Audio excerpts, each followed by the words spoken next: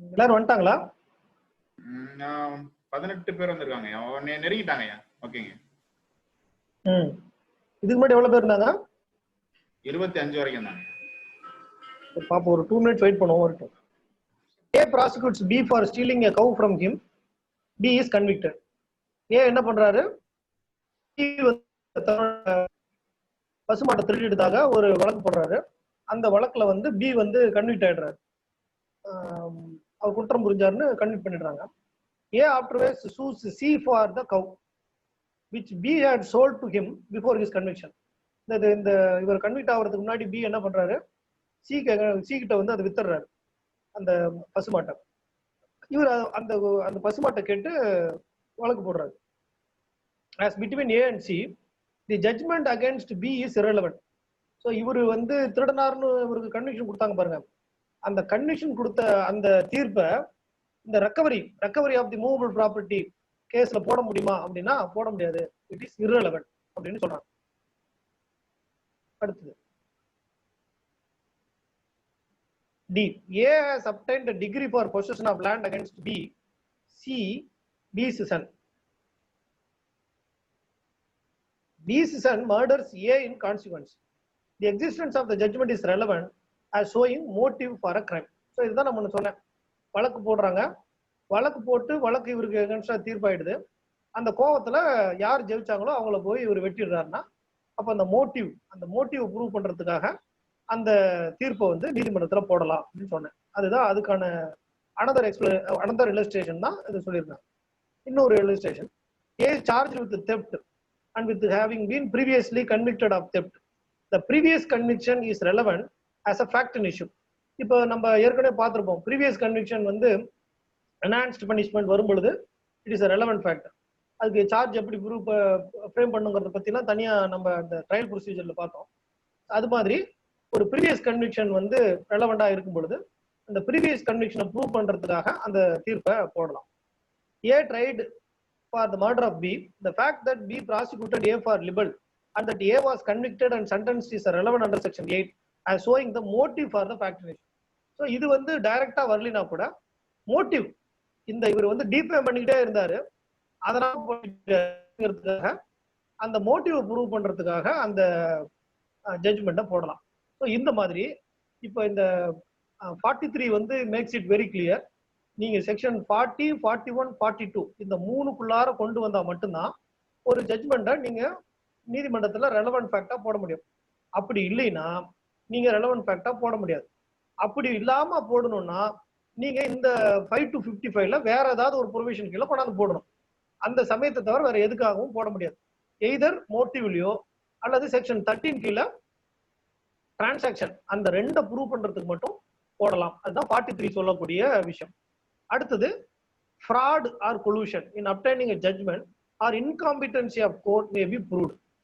Any party to a suit or other proceeding may show that any judgment, order or degree which is relevant under section 40, 41 or 42 and which has been proved by the adverse party was delivered by a court not competent to deliver it and was obtained by fraud or collusion. So இப்போ நம்ம இந்த 40, 41, 42 மூணுலயும் பார்த்தோம். அந்த மூணுல வரக்கூடிய தீர்ப்பை எதிர்த்தரப்பினர் போடுறாரு. இந்த மாதிரி நாங்க ஏற்கனவே தீர்ப்பு வாங்கியிருக்கிறோம் அப்படின்னு போட்டாருன்னா அந்த மூணு ப்ரொவிஷன்ஸுக்கு கீழையும் இந்த அதாவது அந்த தீர்ப்பு போட்டவருக்கு அதை எதிர்த்தரப்பினர் இருக்கிறார் பாருங்க, அவரு இந்த ஜட்ஜ்மெண்ட்ஸ் வந்து காம்பிட்டன்ட் கோர்ட் கொடுத்த ஜட்ஜ்மெண்ட் இல்ல அப்படிங்கிறதையும் இது ஃப்ராடு பிளே பண்ணி வாங்கப்பட்ட ஜட்ஜ்மெண்ட் அப்படிங்கிறதையும் ப்ரூவ் பண்ணலாம். ஸோ இப்ப 40, 41, 42, 43 மேக்ஸ் இட் வெரி கிளியர். மொத்தமே எப்ப நீங்க போட முடியும்? Res judicata, double jeopardy, probate, matrimonial proceeding, admiralty proceeding, insolvency proceeding, public nature. So இதுல வந்தா மட்டும்தான் நீங்க ஒரு தீர்ப்பை இன்னொரு வழக்கில் கொண்டு வந்து போட முடியும். அப்படி இல்லைன்னா என்ன பண்ணும், வேற ஏதாவது ஒரு செக்ஷன்ல மோட்டிவ் ப்ரூவ் பண்றதாகவோ அல்லது எனி டிரான்சாக்ஷன் ப்ரூவ் பண்றதாகவோ இருக்கும். இந்த மாதிரி சூழ்நிலையில தான் ஒரு தீர்ப்பு கொண்டாந்து போட முடியும். அப்படியே தீர்ப்பு கொண்டாந்து போட்டாலும் எதிர்த்தரப்பினர் என்ன பண்ணலாம், நீங்க இந்த தீர்ப்பை வந்து ஃப்ராட் பிளே பண்ணி வாங்கினீங்க, கொலூசிவா வாங்கினீங்க, இதுக்கு கொடுக்கறதுக்கு அந்த கோர்ட்டுக்கு உரிய ஆள்வரை இல்லை, அது பெக்குலரி ஜூரிஸ்டிக்ஷனா இருக்கலாம் சப்ஜெக்ட் மேட்டரா இருக்கலாம், எனி ஜூரிஸ்டிக்ஷன். ஜூரிஸ்டிக்ஷன் 3 டைப் சொல்லுவோம் இல்லையா, பெக்குனரி, டெரிட்டோரியல் அண்ட் சப்ஜெக்ட் மேட்டர்னு. அந்த 3 ஜூரிஸ்டிக்ஷனுமே இல்ல அந்த கோர்ட்டுக்கு. Court is not a competent court அப்படின்னு சொல்லி அவர் கட்சி எடுக்கலாம், அதை அவர் ப்ரூவ் பண்ணலாம். ஸோ இதுதான் நமக்கு வந்து ஜட்ஜ்மெண்ட்ஸை பொறுத்த வரைக்கும் நம்ம தெரிஞ்சுக்க வேண்டிய விஷயம். இதுல வந்து இந்த நம்ம பார்த்த பாருங்க இல்லுஸ்ட்ரேஷன், இந்த இல்லுஸ்ட்ரேஷன்ஸ் எல்லாமே ஒவ்வொன்றும் மணிமணியான இல்லுஸ்ட்ரேஷன். ஒவ்வொரு இல்லுஸ்ட்ரேஷனும் ஒரு கேள்வியை கேட்கலாம், அந்த மாதிரி கேட்பாங்க இதுல இருக்கிறது. ஏன்னா இந்த இல்லுஸ்ட்ரேஷன்ஸ் நீங்க புரிஞ்சுக்கலைன்னா இந்த ஜட்ஜ்மெண்ட்ஸ் வந்து நீங்க புரிஞ்சுக்கவே முடியாது. எப்ப இந்த ஜட்ஜ்மெண்ட் ரெலவெண்ட்ங்கிறத நீங்க புரிஞ்சுக்கவே முடியாது. இதுக்கு நம்ம அடிநாதமா நம்ம தெரிஞ்சுக்க வேண்டிய விஷயம் என்னன்னா, ஒரு ஒரு தீர்ப்பு அந்த தரப்பினர்களை மட்டும்தான் கட்டுப்படுத்துமே தவிர 3ஆம் தரப்பினரை கட்டுப்படுத்தாது அப்படிங்கிறது ஒரு பிரின்சிபல். அதை நாம மனசுல வச்சுக்கணும். ரெண்டாவது, ஜட்ஜ்மெண்ட் இன் ரெம்மா இருந்ததுன்னா it is declared as against the whole worldங்கிறதுனால that can be proved அப்படிங்கிறத மனசுல வச்சுக்கணும். மூணாவது, இந்த தீர்ப்பே ஒரு ஃபேக்ட் இஷ்யூவாவோ அல்லது ஒரு மோட்டிவ் டிரான்சாக்ஷன் அப்படி ப்ரூவ் பண்றதுக்கு வந்தாலே ஒழிய வேற எந்த சமயத்திலையும் அதை வந்து நீதிமன்றத்துல நம்ம ப்ரூவ் பண்ணுவதற்கு உபயோகப்படுத்த முடியாது அப்படிங்கிறதையும் நம்ம தெரிஞ்சுக்கணும். இந்த பிரின்சிபலை நம்ம தரவா இருந்தோம்னா இந்த இல்லுஸ்ட்ரேஷன்ஸ் எப்படி குழப்பி கேட்டாலும் நம்மளால எளிதாக பதிலளிக்க முடியும். ஸோ அதனால இந்த இல்லுஸ்ட்ரேஷன்ஸ்ல கொஞ்சம் கவனம் காட்டுங்க. 43க்கு கீழே வரக்கூடிய இல்லுஸ்ட்ரேஷன்ஸ் எல்லாமே நீங்க 1க்கு 2 முறை படிச்சீங்கன்னா நிச்சயமா உங்களால புரிஞ்சுக்க முடியும் இது எதன் அடிப்படையில இந்த மாதிரி சொல்றாங்க அப்படிங்கிறது. ஸோ இதோட நம்ம வந்து ஜட்ஜ்மெண்ட் வென் ரெலவெண்ட் அப்படிங்கிற அந்த கான்செப்டை முடிக்கிறோம். அதுக்கு அடுத்து ஒப்பீனியன் போறோம். ஒப்பீனியனை பொறுத்த வரைக்கும் not a substantive piece of evidence, அதை நம்ம முதல்ல மனசுல வச்சுக்கணும். ஒப்பீனியனை பொறுத்த வரைக்கும் 2 விதமான ஒப்பீனியன் வந்து நம்ம எவிடன்ஸ் ஆக்ட்ல பேசுறாங்க. ஒன்னு வந்து எக்ஸ்பர்ட் ஒப்பீனியன், இன்னொன்னு நான் எக்ஸ்பர்ட் ஒப்பீனியன். எக்ஸ்பர்ட் ஒப்பீனியன் அப்படிங்கிறது தான் செக்ஷன் 45. நான் எக்ஸ்பர்ட் ஒப்பீனியன்ங்கிறது பின்னாடி பார்ப்போம். எக்ஸ்பர்ட் ஒப்பீனியன் அப்படின்னா முதல்ல அந்த ஒப்பீனியன் கொடுக்குறவர் எக்ஸ்பர்ட்டா இருக்கணும். அந்த எக்ஸ்பர்ட் அப்படின்னா யார் அப்படிங்கிறத செக்ஷன் 45 சொல்லுது. when the court has to form an opinion upon a point of foreign law, எப்பப்பெல்லாம் எக்ஸ்பர்ட் ஒப்பீனியன் வருங்கிறத இதில் சொல்லிடுறாங்க. upon a foreign law, if it is a foreign law ன்னு வச்சுங்களேன், court need not to take judicial notice. Section பின்னாடி பார்ப்போம் 59ல அதில் சொல்லியிருப்பாங்க இந்த court when can take judicial notice சொல்லியிருப்பாங்க. அப்ப இதுக்கெல்லாம் ஜுடிஷியல் நோட்டீஸ் எடுக்கலாமா, எதுக்கு ஃபாரின் லாவுக்கு எடுக்கலாமானா எடுக்க முடியாது. ஸோ ஃபாரின் லா வந்து ஒரு எக்ஸ்பர்ட் மூலமா தான் ப்ரூவ் பண்ணும். when the court has to form an opinion upon a point of foreign law or of science or art as to identity of handwriting, finger impression, the opinions upon that point of persons specially skilled in such foreign law, science or art or in questions as to identity of handwriting or finger impressions are relevant facts. Such persons are called experts. So எப்போ நம்ம ஒரு court வந்து இந்த விஷயங்கள்ல எந்தெந்த விஷயங்கள்ல foreign law, science, art and identity of handwriting, finger impression இது குறித்து ஒரு ஒப்பீனியன் ஃபார்ம் பண்ணோம் அப்படின்னா அந்த ஒப்பீனியன் ஃபார்ம் பண்றதுக்காக அவர் வந்து இந்த ஃபீல்டுல யார் ஸ்கில்டு பர்சனோ அவங்களுடைய ஒப்பீனியனை கேட்கலாம் under section 45 of the evidence act. அந்த நபர்களை தான் நம்ம எக்ஸ்பர்ட் அப்படின்னு சொல்றோம். ஸோ இது சயின்ஸ்னா சயின்ஸ் எக்ஸ்பர்ட்டா இருக்கணும், மெடிக்கல் சயின்ஸ்னா டாக்டரா இருக்கணும், ஃபாரின் லான்னா அந்த ஃபாரின் லாவில் எக்ஸ்பர்ட்டா இருக்கணும், ஏதாவது ஒரு ஆர்ட் அந்த அது மாதிரி தான் அதில் அவர் எக்ஸ்பர்ட்டா இருக்கணும், ஹேண்ட் ரைட்டிங்னா ஹேண்ட் ரைட்டிங் எக்ஸ்பர்ட்டா இருக்கணும், ஃபிங்கர் பிரிண்ட்னா ஃபிங்கர் பிரிண்ட் எக்ஸ்பர்ட் அந்த எக்ஸ்பர்ட்டா இருக்கணும். இவர் வந்து சயின்டிபிக் எக்ஸ்பர்ட்டுங்க அவர் ஃபிங்கர் பிரிண்ட்டுக்கு சொல்லாங்க அப்படின்னு சொன்னா சொல்ல முடியாது. ஸோ அந்தந்த ஃபீல்டுல எக்ஸ்பர்ட்டா இருக்கிறவர் வந்து ஒப்பீனியன் கொடுக்கலாம். அந்த ஒப்பீனியத்தை நீதிமன்றம் ஏற்றுக்கொண்டால் it becomes the opinion of the court. இந்த ஒப்பீனியன் வந்து நீதிமன்றத்தை பைண்ட் பண்ணுமா அப்படின்னா பைண்ட் பண்ணாது. நீதிமன்றம் இந்த ஒப்பீனியனை தாண்டி கூட ஒரு முடிவுக்கு வரலாம்.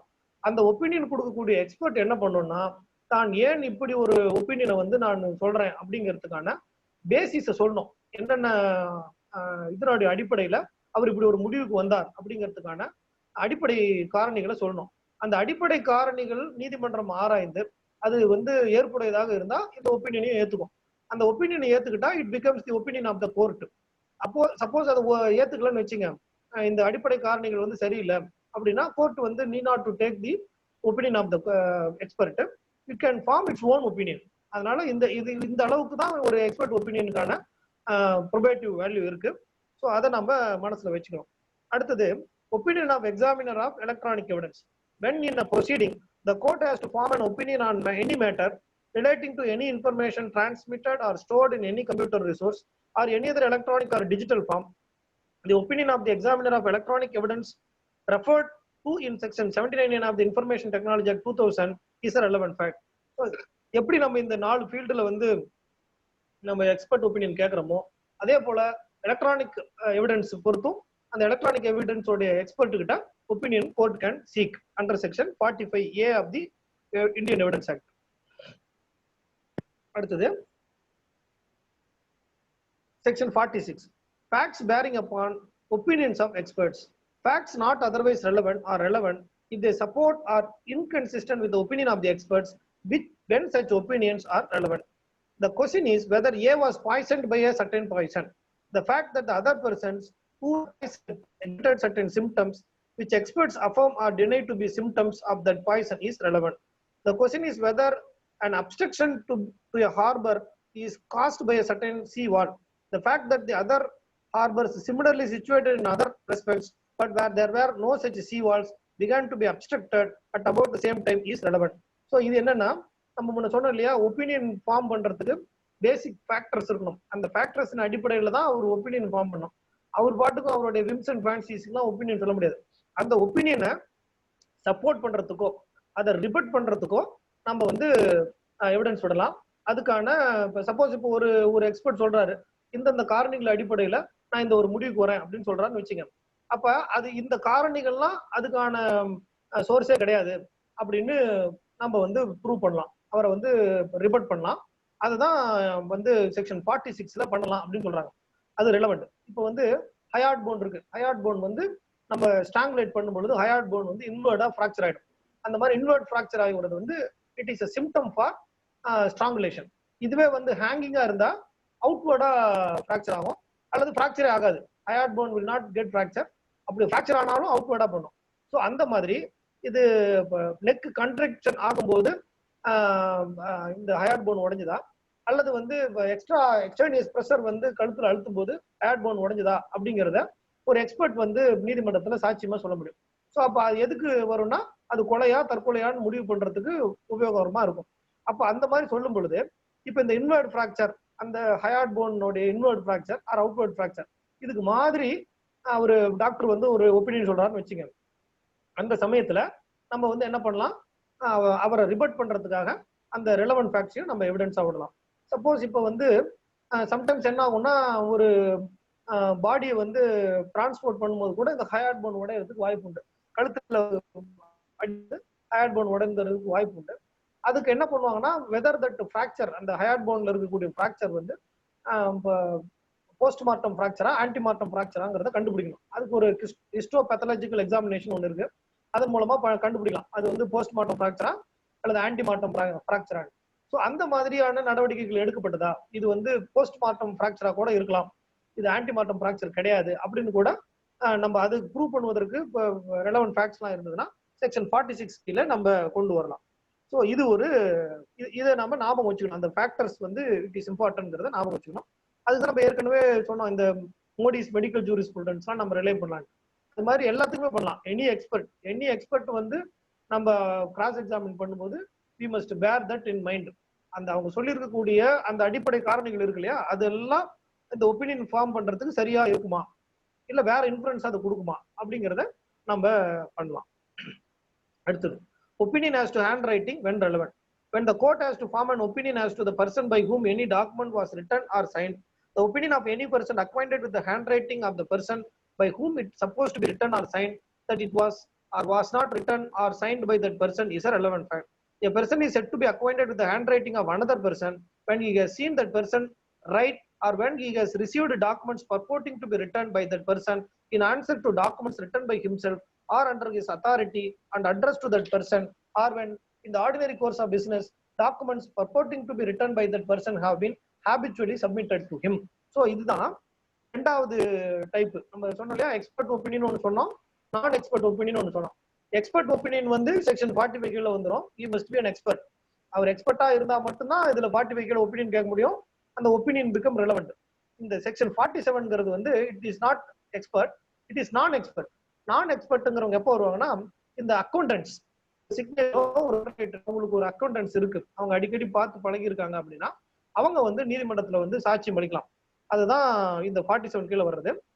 When the court has to form an opinion as to the person by whom any document was written or signed, the opinion of any person acquainted with the handwriting. So யாருக்கு அந்த handwriting தெரியுதோ அவர் மூலமாக prove பண்ணலாம்.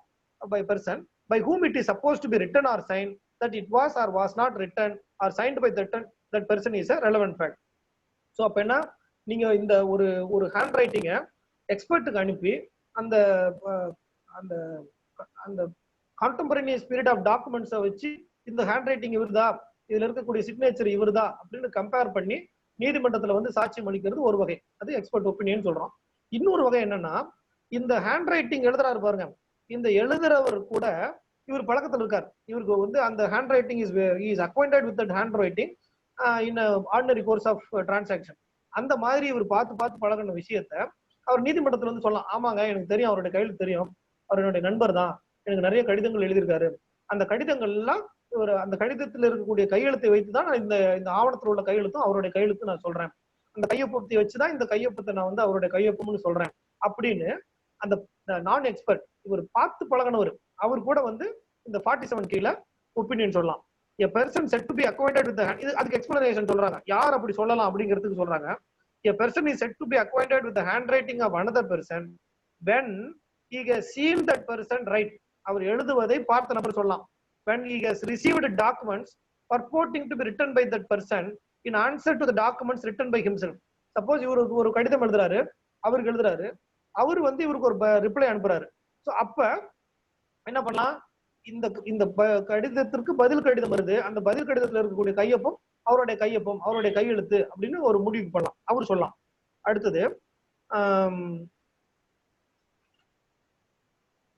in the course of the ordinary course of business, document was been habitually submitted to him.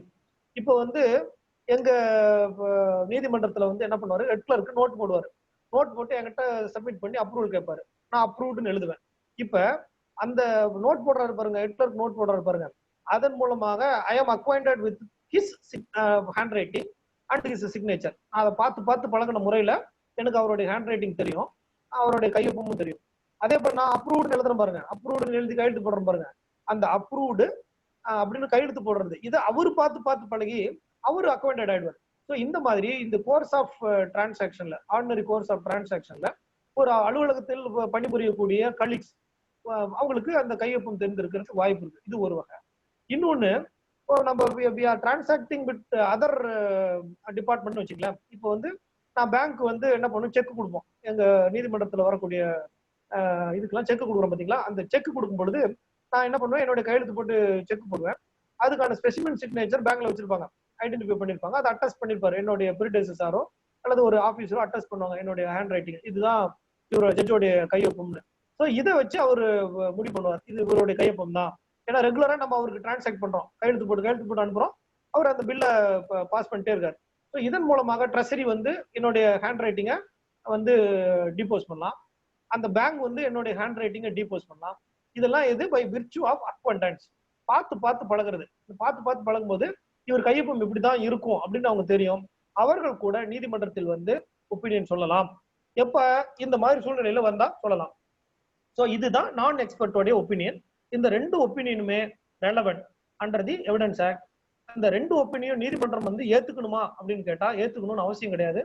நீதிமன்றம் வந்து இந்த நீதிமன்றம் ஏற்றுக்கொள்ளத்தக்க வகையில் அவங்க எக்ஸ்பர்ட் வந்து கன்வின்ஸ் பண்ணும். என்னுடைய ஒப்பீனியன் வந்து பேஸ்ட் ஆன் கன்க்ளூஷன்ஸ் அப்படிங்கிறத அவங்க எஸ்டாப்ளிஷ் பண்ணும். அப்படி எஸ்டாப்ளிஷ் பண்ணா court may take their opinion. If the court accepts their opinion, then it is the opinion of the court. Otherwise, it will not. So அதை வந்து நம்ம மனசுல வச்சுக்கணும். அடுத்தது 47A opinion as to electronic signature when relevant. அதே same provision 46ல எப்படி வந்ததோ அதே மாதிரி 47ல. இப்போ வந்து எலக்ட்ரானிக் சிக்னேச்சர் சர்டிபிகேட் இருக்கு பாருங்க, அதை இஷ்யூ பண்றது, அதை டிஜிட்டல் சிக்னேச்சர் போடுறது, இதன் மூலமாக என்ன பண்ணுவோம், நம்ம மைண்ட் வில் கேப்சர் அந்த அந்த இதை அந்த என்ன சொல்றது மொடூல், அதை வச்சு they can identify அப்படிங்கிறது தான் அந்த 47A சொல்றாங்க. அடுத்தது opinion as to existence of right or custom when relevant. When the court has to form an opinion of any general custom or right, the opinions as to existence of such custom or right of persons would be likely to know of its existence if it existed are relevant. So இது வந்து நம்ம ஏற்கனவே பார்த்திருக்கோம். எதுல பார்த்தோம்? Section 32ல பார்த்திருக்கோம். அதுக்கு முன்னாடி 13ல பார்த்திருக்கோம்.